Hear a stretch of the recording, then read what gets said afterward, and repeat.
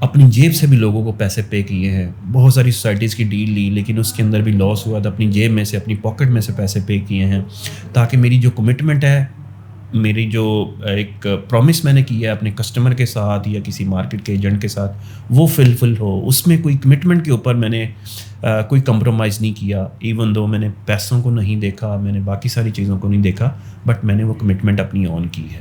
سو میں یہ سمجھتا ہوں کہ اسی وجہ سے اللہ پاک نے مارکیٹ کے اندر یا ریئل اسٹیٹ کے اندر ایک اچھا نام دیا ہے. دوسری چیز, ہم نے کوشش کی ہے کہ کبھی بھی شارٹ ٹرم گین کے لیے اپنا کسٹمر یا اپنا انویسٹر خراب نہ کریں. میں لانگ ٹرم چیزوں کے اوپر بلیو کرتا ہوں. وہ ایک پنجابی میں کہتے ہیں نا کہ اپنا انڈا کھائیں بجائے کہ آپ پوری مرغی ذبح کر دیں. تو میں اس چیز کا بلیور ہوں. میں لوگوں کے ساتھ لانگ ٹرم ریلیشن کے اوپر ٹرسٹ کرتا ہوں. میری بہت سارے ایسے بھی کسٹمر ہیں جن کی ماشاءاللہ ایک ٹرانزیکشن سے سٹارٹ ہوئی تھی اور آج 50+ ٹرانزیکشن بھی اللہ کا شکر ہے ان کے ساتھ ہو چکی ہیں. سو مجھے لگتا ہے کہ یہ جو لینڈ ہولڈر کی سکسیس ہے یا عبدالرحمٰن کی اٹ سیلف کوئی سکسیس ہے, تو اس کے پیچھے لانگ ٹرم پلاننگ کا بھی بہت بڑا رول ہے. Definitely sir, I think so کہ ویژن اور انٹیگریٹی ہی وہ فاؤنڈیشن ہوتی ہے جو کسی بھی برانڈ کو لانگ ٹرم بناتی ہے.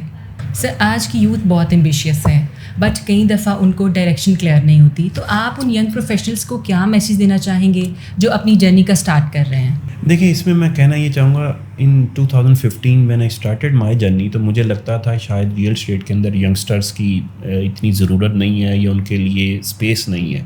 بٹ اب مجھے لگتا ہے کہ ریئل اسٹیٹ پراپر ایک انڈسٹری ہے اور جتنے ینگسٹرس ہیں ان کو آنا چاہیے اس انڈسٹری کے اندر. بلکہ میں ادھر ایک چیز مینشن کرنا چاہوں گا کہ الحمدللہ لینڈ ہولڈر سے پچھلے 5 سالوں کے اندر اپروکسیمیٹلی 250 کے قریب ینگسٹر ایسے جنہوں نے کام سیکھا, انہوں نے لرن کیا اور بہت سارے ادارے بنے, وہ آگے لوگوں کو ٹرین کر رہے ہیں. اس آنر فار ایس کہ بہت سارے لوگ آتے ہیں, وہ ہمارے سے ریئل اسٹیٹ سیکھتے ہیں اور پھر آگے جا کے اپنے آفیسز بناتے ہیں, اور پھر آ جا کے یہ بھی آپ کے مائنڈ میں آتا ہے کہ کتنی فیملیز اس سے چلتی ہیں, کتنے بڑے سسٹم آپ کا گرو کرتا ہے, کس طرح سے چلتا ہے. سو میں انکرج کروں گا ینگسٹرس کو کہ وہ آئیں, ریئل اسٹیٹ کو اپنا پروفیشن بنائیں اور پیشن کے ساتھ کام کریں, اینڈ دے گونا گرو انشاءاللہ. Definitely sir, I think so کہ میسیج صرف یوتھ کے لیے نہیں ہے بلکہ ہر اس انسان کے لیے جو اپنی جرنی کا سٹارٹ کرنا چاہتا ہے.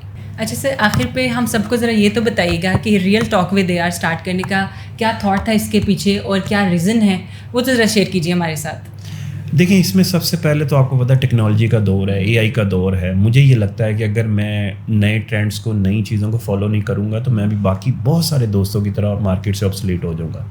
سو میرا اس ایپیسوڈ کو, اس نیو ایرا کو سٹارٹ کرنے کا پرپز یہ ہے کہ میں میکسیمم انفارمیشن کسی پروجیکٹ کو لے کے, کسی ڈیل کو لے کے, کسی بھی چیز کو لے کے اپنے کلائنٹیج کو, اپنے دوستوں کو, جو میرے مارکیٹ کے فیلوز ہیں یا جو میرے انویسٹرز ہیں, میں ان تک شیئر کروں. آج کل دیکھیں لوگوں کے پاس ٹائم نہیں ہے کہ وہ آفس میں آ کے کسی کو وزٹ کریں. یا ابھی کی میں بتا دیتا ہوں کہ ایک میرے کسٹمر ہیں, وہ میرے پچھلے 1 مہینے سے میرے ساتھ پرومس کر رہے ہیں کہ میں اس سنڈے آؤں گا, بٹ ہی نیور کیم. تو میرا اس ایپیسوڈ کو یا اس نیو پوڈ کاسٹ سیریز ہے جس میں آپ کو ایز اے ہوسٹ ہم نے انوائٹ کیا ہے, اسٹارٹ کرنے کا پرپز یہ ہے کہ میکسیمم انفارمیشن ہم اپنے کلائنٹس تک شیئر کریں. جو وزٹ نہیں کر سکتے ان کو ہم اپنی ویڈیوز بھیجیں تاکہ وہ ہمیں دیکھ سکیں, اور جو ہمارے ساتھ ٹرانزیکشنز وہ کرتے ہیں, انویسٹمنٹس کرتے ہیں, وہ گھر بیٹھے کر سکیں. Thank you so much sir for sharing your journey and experience with us. آج کے ایپیسوڈ میں ہم نے صرف ایک سکسیس کی کہانی نہیں سنی بلکہ اس سوچ کو بھی سمجھا ہے جو ایک ویژن کو ریئلٹی میں بدلتی ہے, کہ اسٹرانگ فاؤنڈیشن صرف عمارتوں سے نہیں بلکہ ان لوگوں سے بنتی ہے جو اپنے خوابوں کو سچ کرنے کا جذبہ رکھتے ہیں. اور اگلے ایپیسوڈ میں ہم اسی جرنی کو آگے بڑھائیں گے اور بات کریں گے ان ڈیولپرز کی جن کے پروجیکٹس نے پاکستان کے لینڈسکیپ کو ایک نئی پہچان دی ہے. سو ملتے ہیں اگلے ایپیسوڈ میں. Stay tune with us.